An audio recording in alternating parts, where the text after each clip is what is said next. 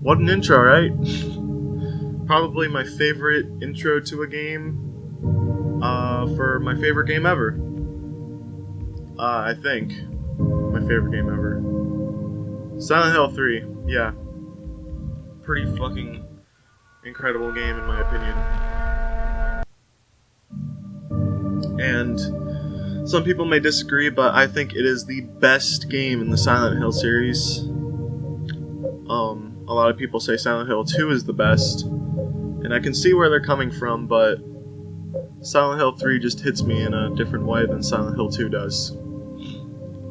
Anyway, we're gonna start a new game. Action level easy because, like, if you know Silent Hill, then you know how shitty the difficulty levels for combat are. But riddle level is something that I've never done before, is we're gonna do it hard. And I've heard that the riddles on hard in this game are disgusting and terrible. By the way, for this game, I'm running it. I'm gonna be honest, I'm running it on an emulator, but I did officially buy it. I do have the copy somewhere in my PS2 library. And what I've done is I followed a couple rules from this YouTube video, which I'll link in the description. A couple settings, I should say, in the PCSX2 emulator version 1.5.0, and just a lot of technical jargon just to say that I made it look really pretty.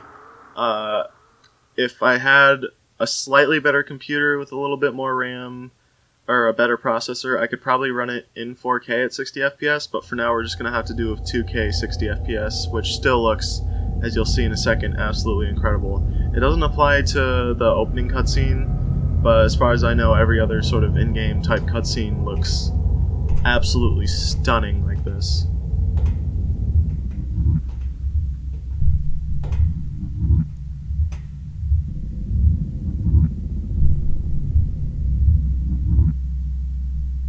Where am I?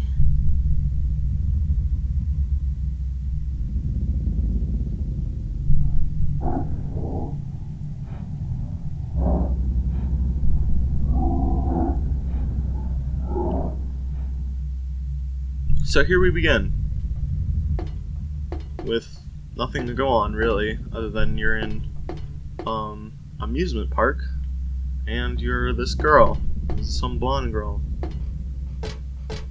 a rabbit doll. No, it's a costume. Is there someone in there? It looks like there is, but I don't feel like making sure.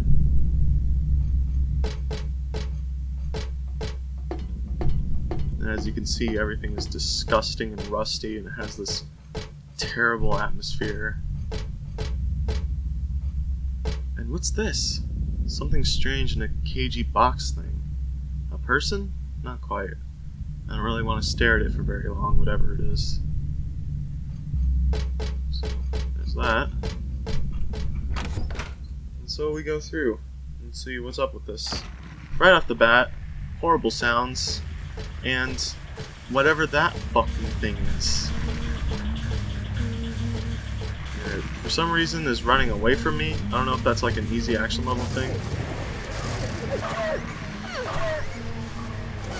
And from hearing its noises that it makes when you stab it, it sounds like it's a dog.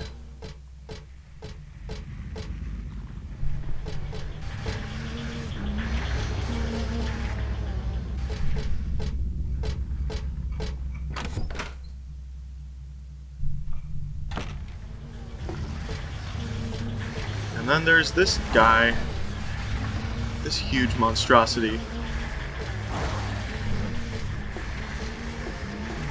But we're just gonna go on past him and move on.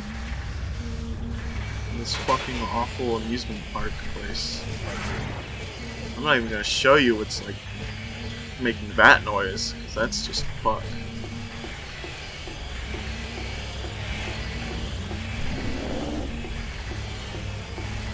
We'll just try and make our way up here and get away from all this bullshit.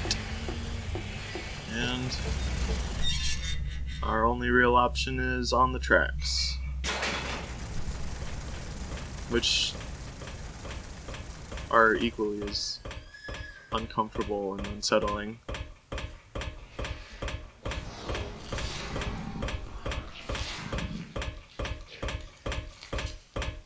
And then, well,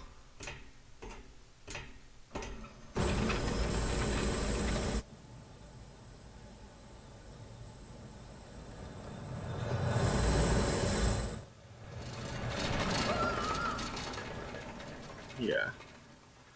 So that's how the game starts. That is the beginning of the game. A tone setter, you might say. Which, in movies, is done quite a bit, and some of the best movies ever. There's a scene in the beginning of the movie that has almost nothing to do with the rest of it, but it's a tone setter. Indiana Jones, Dark Knight,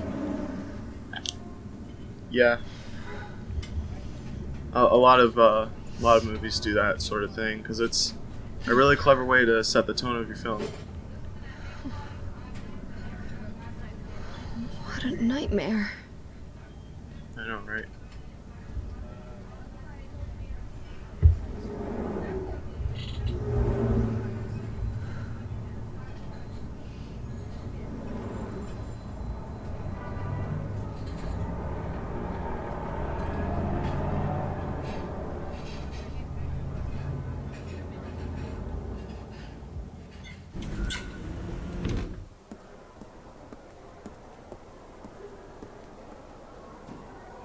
Well, that's fine. Hopefully that doesn't show up in the video, but it just might.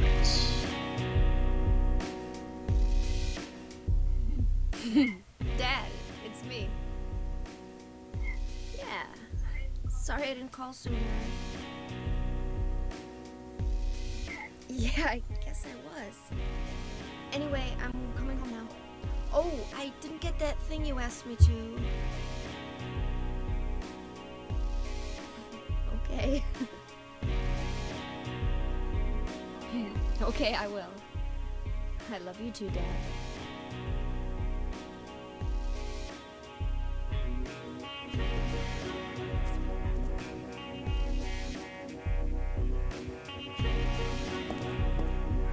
Heather, I need to speak with you. My name is Douglas Cartland. I'm a detective. A detective? Really? Well, nice talking to you.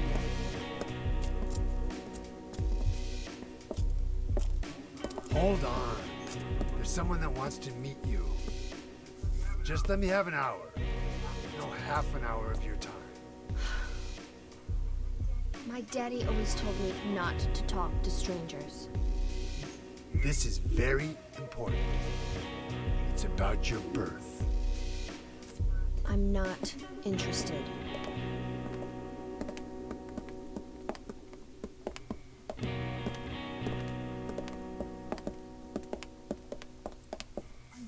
Are you still following me? Do I have to scream? Sorry. I'll wait here.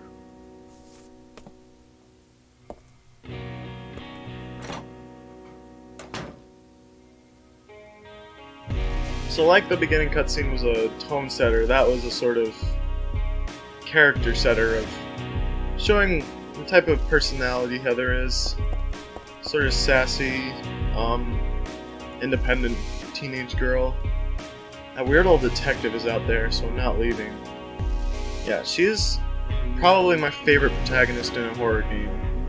Just because of some of the things she does and says, and the way she acts. It's incredible. And then there's this little dealie. The mark on this mirror. It looks so familiar somehow. What do I know it from? Where did I once see it? And why does my head hurt so much when I try to remember it? And thus, we have my favorite save screen in a video game. I'm just gonna let this play out for a minute, just so you can see the atmosphere and the sounds of these.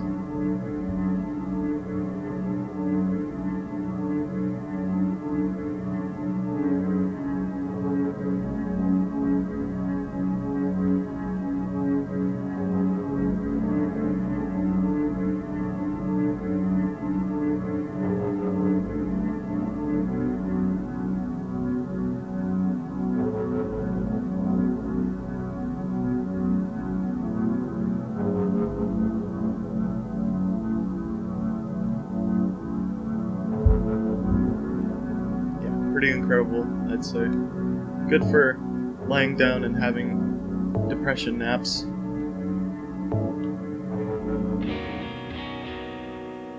And we're right back into it. This nice little song, which is by Akira Yamaoka, the main sound and music director of I think actually every single Silent Hill game, which is pretty incredible considering the direction the series went in and how bad it got. He stuck with it to have at least one thing good about the games, which would be the music. And if you have... Oh, sorry. I don't like mirrors. It's almost like there's an unknown world right on the other side. The person staring at me isn't really me, just an imitator. I know how stupid that sounds, but that's how I feel. If I keep thinking about it, it just makes me feel sick. So what I was saying was, if you've played any other Silent Hill game before 3, which would be 1 and 2, you would kind of see how much the voice acting has improved for this game. In Silent Hill 1, it was just straight up bad, just like most PS1 horror games were. But Silent Hill 2 went in a sort of weird direction where everyone had this sort of strange voice direction that made everything feel like so weird and surreal, like a dream or something. But in Silent Hill 3, they're just straight up good. There's so many scenes that just straight up impress me about this game's voice acting that I'll talk about later when it gets done. Guess someone's in there. Yeah, it's occupied. Rude of me to keep knocking, huh? So, because we can't go back out there, because the detective's out there, we just gotta run on back through the fog. But as I was saying about Akira Yamaoka, being the sound and music director of the game, he had a pretty important role in all of these games in that he had to make the soundtrack and most of like the sound effects he had to work on, and it really helps the atmosphere of the series. And for Silent Hill 3, he is the one who completely directed the entire game, so a lot of it has many aspects of sound and music in it, and it has a much bigger soundtrack too, both with sort of in-game nice sounding things and like actual legitimate songs with like a singer and a band, which is pretty cool to me too. And I just love this game's soundtrack and everything it does, and I love the atmospheric ambient sounds that it makes, and especially that save screen has such an amazing song with it. I don't know if you can even call it that, but anyway.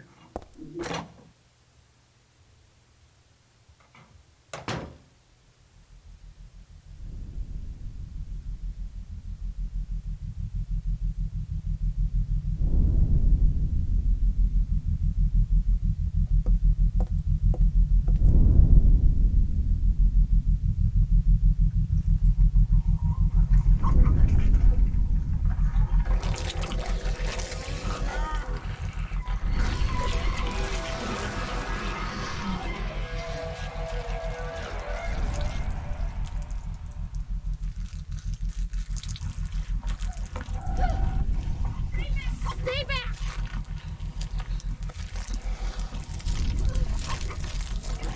Get the hell away from me!